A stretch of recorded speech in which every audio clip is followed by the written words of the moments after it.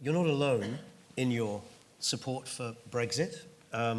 More than half the people in Britain who voted for it, and Donald Trump, also big supporter of Brexit, and you rather like him, don't you? You've written about President Trump's, and I'm quoting here, somewhat cavalier attitude to both language and facts. You said that although sometimes he says something that's wrong in the form that he states it, often on Twitter, because his language is loose or inaccurate, but is nevertheless right in essence. Mm-hmm. And you've also written about him saying this is a man who doesn't do detail, nor does he take care with the words he uses. Isn't it the job of the President of the United States not to be loose or inaccurate?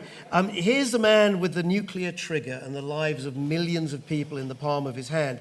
I wonder if you'd be so forgiving for loose language if it was coming from, say, Ken Livingstone or the British Labour leader Jeremy Corbyn.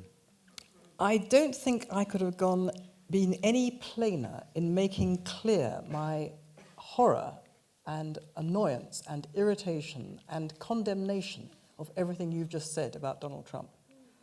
Far from saying, I approve of this or I'm making light of it, I have gone out of my way to say in terms, this is wrong. An American president should not use language like this. He has an absolute duty to be accurate in everything he says. Somebody should take his blessed phone and throw it off the bridge so he can never have access to Twitter ever again. I have gone out of my way to say this because I believe it to be true. I've also said over and over again, I'm extremely concerned by what I perceive to be psychological flaws in his bombastic nature, his ultra-thin skin, his ability to fly off the handle, his volatility, the fact that he changes his mind and his policies every 5 minutes. I have said this over and over and over again, and yet I am stand accused, arraigned before the bar of public opinion of being a supporter of President Trump. With friends like me, does this man need enemies? But what I have done is to say that he's a man more sinned against than sinning, because his, in terms of the language that he uses, somebody coined this phrase, we're taking him literally, we should not take him literally, we should take him seriously. Sort of clever phrase. But actually I think there is something in this. He does use language very loosely. And in a way, that's why so many millions of Americans like him, because he talks like they talk. They don't think about the words they're using and the meaning. They use it loosely, and people kind of know what they mean. And Trump talks like that. Now, you can't have a president talking like that, but that's how he talks. Does that mean, therefore, that we should regard everything he says as literally, to be taken literally?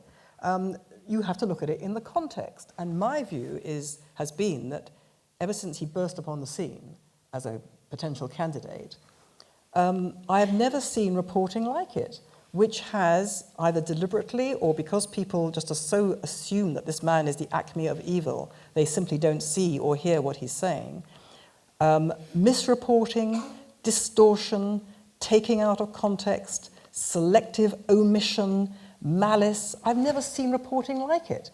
And I have to say that, and there have been a couple of occasions recently, I think possibly the piece you were quoting was where I was talking about this, was where he was leapt upon. The words that he had used were cited as evidence of his unutterable evil, and events of the last few days have shown that he was at least partly vindicated, and those claims have literally blown up in the faces of his critics. Not that they would acknowledge that for a moment.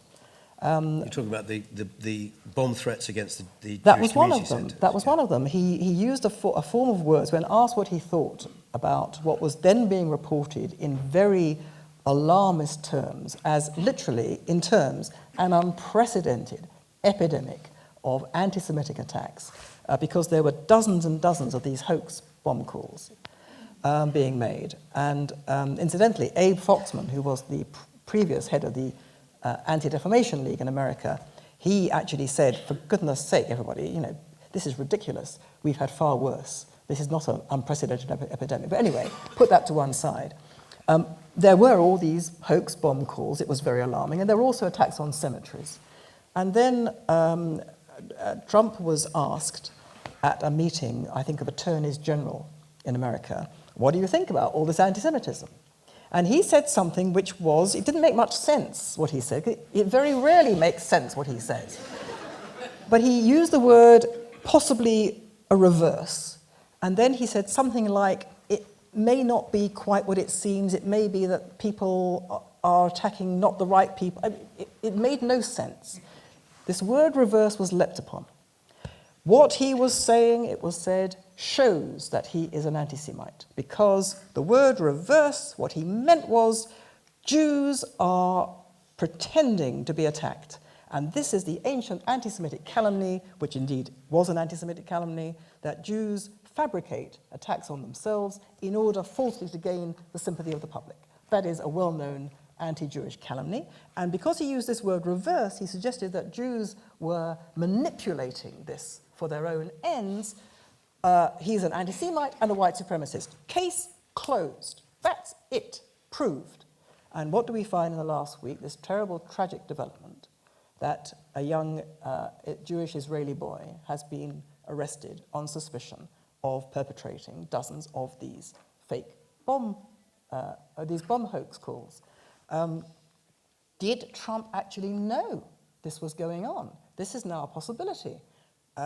We read that this was an Israeli-led investigation going on for the last 6 months, and the FBI was involved. I read today in the Times of Israel that Trump sent 12 FBI people to Israel in recent weeks, and that led to this breakthrough.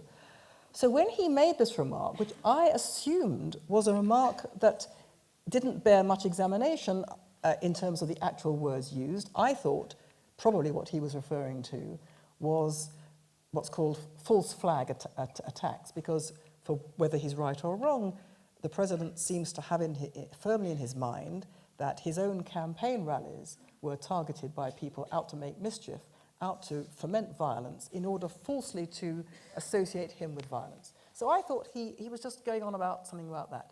Now, whether that was the case, or whether he had been told something about, don't worry about these anti-Semitic attacks, Mr. President, the Israelis are looking at something funny going on here, who knows? Either way, here was an example of where his actual words were seized upon and used maliciously to arrive at a devastating conclusion about him as a matter of fact.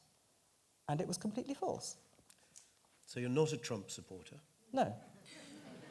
I'm an opponent of his opponents. You're an opponent of his opponents, okay.